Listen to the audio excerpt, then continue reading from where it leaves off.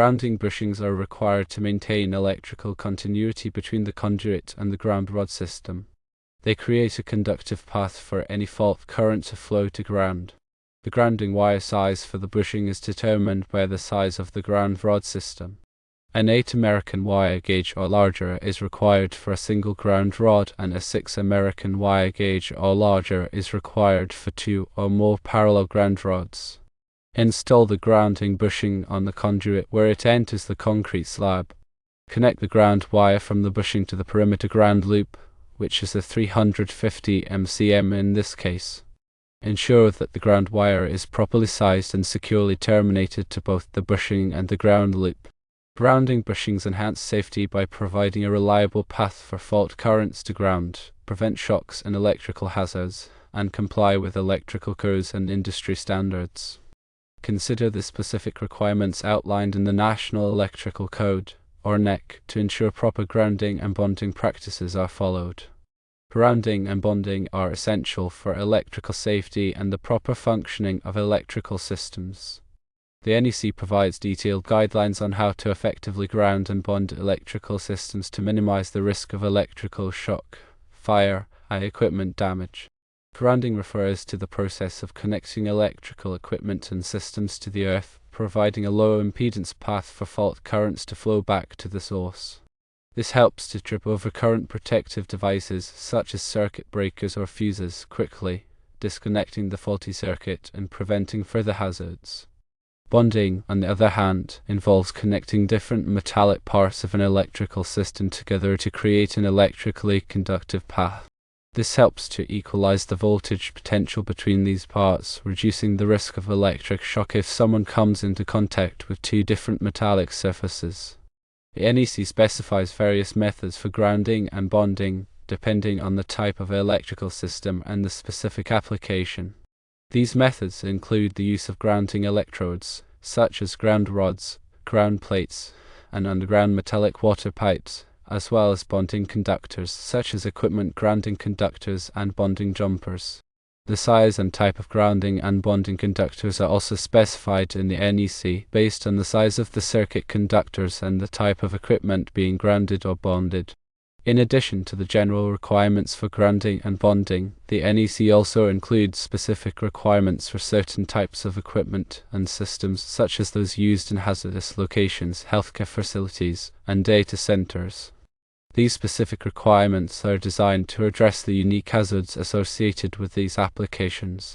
It is important for electrical professionals to be familiar with the NEC requirements for grounding and bonding to ensure that electrical systems are installed and maintained safely and in compliance with applicable codes and standards.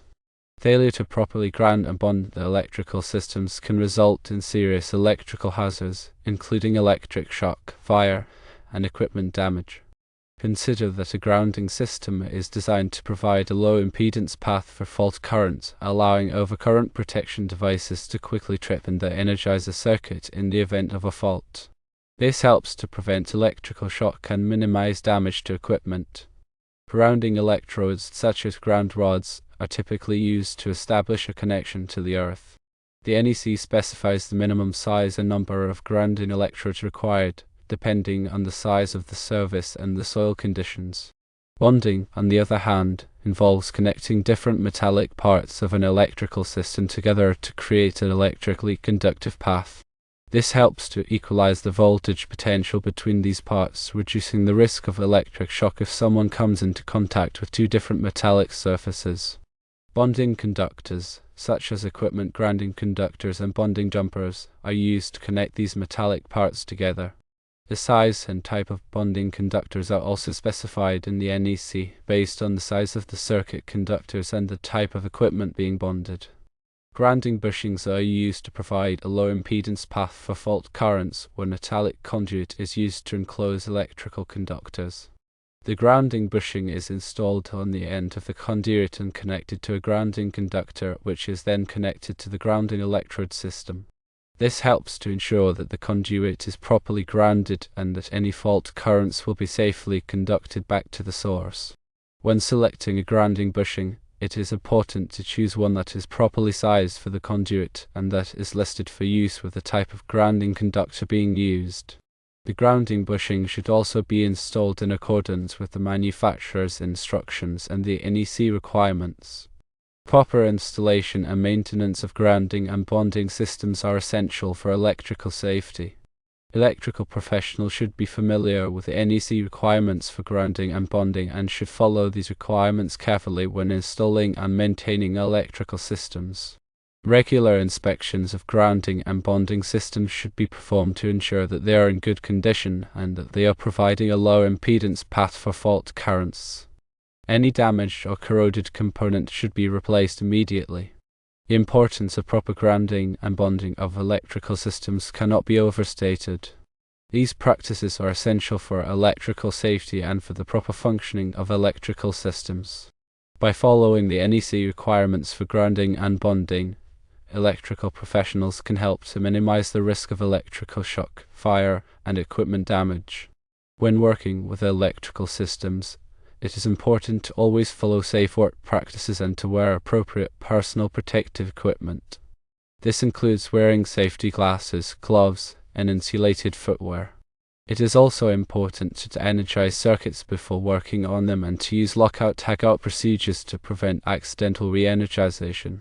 Electrical work can be dangerous, and it is important to take all necessary precautions to protect yourself and others from electrical hazards. In addition to following safe work practices, it is also important to stay up to date on the latest electrical codes and standards. The NEC is updated every 3 years, and it is important to be familiar with the latest changes.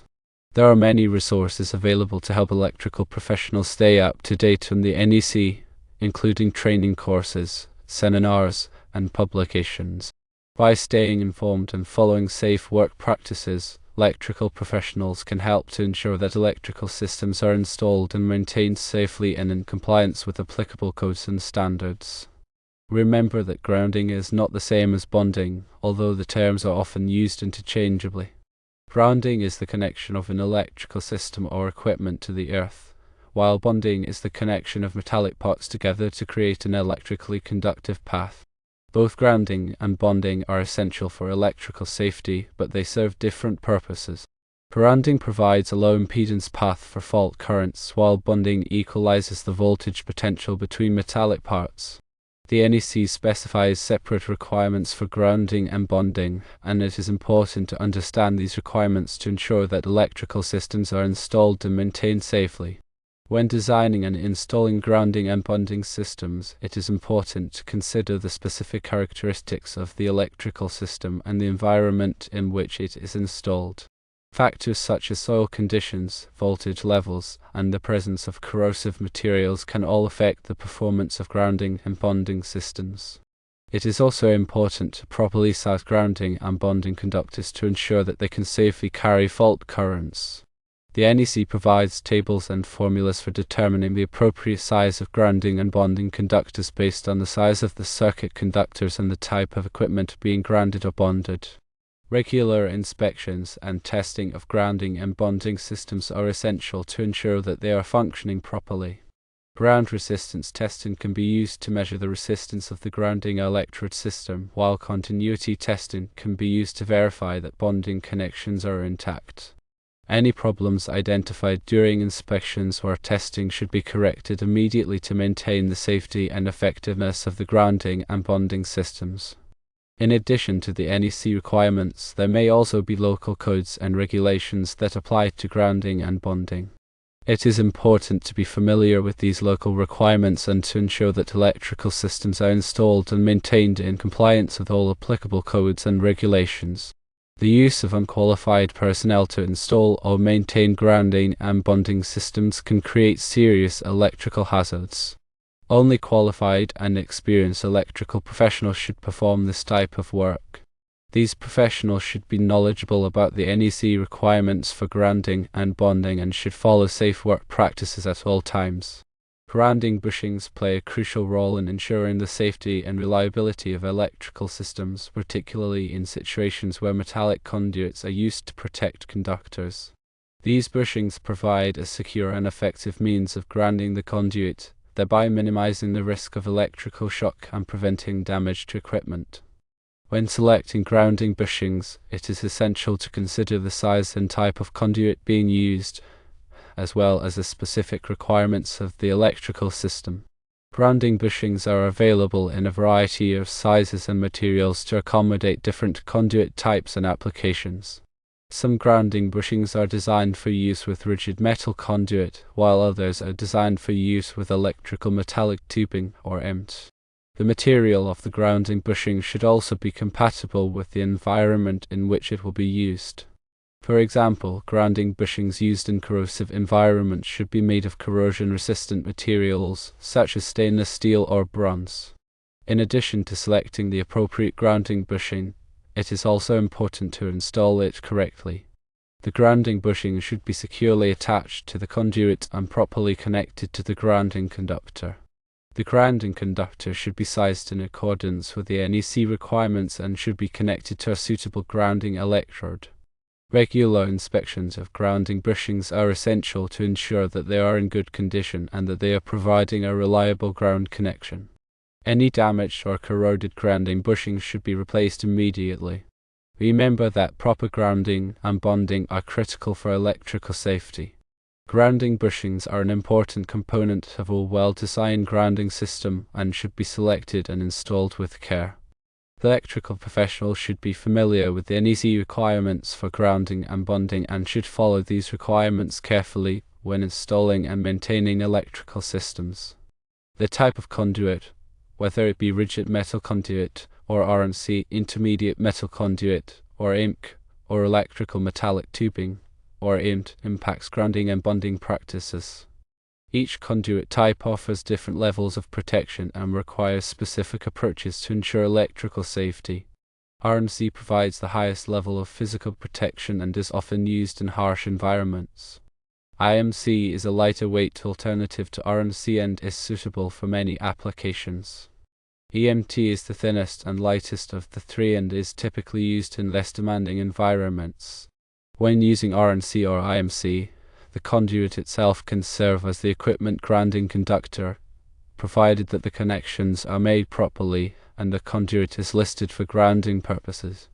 This means that the conduit must be securely connected to the electrical boxes and equipment using listed fittings. EMT, on the other hand, is generally not considered an acceptable equipment grounding conductor on its own. Therefore, when using EMT, a separate equipment grounding conductor must be installed inside the conduit along with the circuit conductors. Regardless of the type of conduit used, it is important to ensure that all metallic parts of the electrical system are properly bonded together. This includes bonding the conduit to the electrical boxes, equipment enclosures, and other metallic components. Bonding helps to equalize the voltage potential between these parts, reducing the risk of electric shock. Grounding bushings are often used to facilitate the bonding of conduit to electrical boxes and equipment enclosures. These bushings provide a secure connection point for the grounding conductor and help to ensure that the conduit is properly grounded. It is important to select the appropriate type and size of grounding bushing for the specific conduit and application. The grounding bushing should be listed for use with the type of conduit being used and should be sized to accommodate the grounding conductor. When installing grounding bushings, it is important to follow the manufacturer's instructions carefully. The bushing should be securely attached to the conduit and properly connected to the grounding conductor. Regular inspections of conduit systems are essential to ensure that they are in good condition and that they are providing adequate protection. Any damaged or corroded conduit should be repaired or replaced immediately. It is important to consider the specific requirements of the NEC when designing and installing conduit systems. The NEC provides detailed guidelines on the types of conduit that are permitted for different applications, as well as the requirements for grounding and bonding conduit systems. Electrical professionals should be familiar with these requirements and should follow them carefully to ensure the safety and reliability of electrical systems. Always verify the integrity of grounding and bonding connections. Loose or corroded connections can compromise the effectiveness of the grounding system and increase the risk of electrical shock. Use appropriate tools and techniques to ensure that all connections are tight and secure. Periodically inspect grounding and bonding connections for signs of corrosion or damage. Clean and tighten any loose connections, and replace any damaged components. When working with electrical systems, it is important to be aware of the potential hazards and to take appropriate precautions. Always de-energize circuits before working on them, and use lockout-tagout procedures to prevent accidental re-energization. Wear appropriate personal protective equipment, such as safety glasses, gloves, and insulated footwear. Follow safe work practices at all times, and consult with a qualified electrical professional if you have any questions or concerns. The interaction between grounding and surge protection is a critical aspect of electrical safety. While grounding provides a path for fault currents to return to the source, surge protection devices, or SPDs, are designed to protect electrical equipment from transient voltage surges caused by lightning strikes, utility switching, and other disturbances. A properly grounded electrical system is essential for the effective operation of SPD. The grounding system provides a reference point for the SPD, allowing them to divert surge currents to ground. Without a good grounding system, the SPD may not be able to function properly, and the surge currents could damage electrical equipment. SPD are typically installed at the service entrance of a building, as well as at downstream locations to protect sensitive electronic equipment. The NEC requires that SPD be properly grounded and bonded to the electrical system. The grounding conductor for the SPD should be sized in accordance with the NEC requirements and should be connected to the grounding electrode system. In addition to grounding, bonding is also important for surge protection. Bonding helps to equalize the voltage potential between different metallic parts of the electrical system, reducing the risk of voltage surges damaging equipment. SPD should be bonded to the electrical system using bonding conductors that are sized in accordance with the NEC requirements. When selecting SPD, it is important to choose devices that are appropriate for the voltage and current levels of the electrical system. SPD are available with different voltage and current ratings, and it is important to select devices that are capable of handling the expected surge current. Regular inspections of SPD are essential to ensure that they are functioning properly. SPD can degrade over time due to repeated exposure to surge currents, and it is important to replace them when they reach the end of their service life. It is important to consult with a qualified electrical professional to determine the appropriate type and size of SPD for a specific application. Electrical professionals can also provide guidance on the proper installation and maintenance of SPD. Ensure all electrical boxes are properly grounded, especially metal boxes. Use grounding screws or clips to connect the equipment grounding conductor to the box. For non-metallic boxes, ensure that all devices are grounded through the equipment grounding conductor. When dealing with sensitive electronic equipment, consider using isolated ground receptacles. These receptacles provide a separate grounding path for the equipment, minimizing the risk of noise and interference. Label all grounding and bonding connections clearly. This will help to ensure that they are properly maintained and that they are not accidentally disconnected. Educate building occupants about the importance of grounding and bonding. This will help to prevent them from tampering with the electrical system and creating hazards. Always prioritize safety when working with electrical systems. Grounding and bonding are essential for electrical safety, and it is important to follow all applicable codes and standards.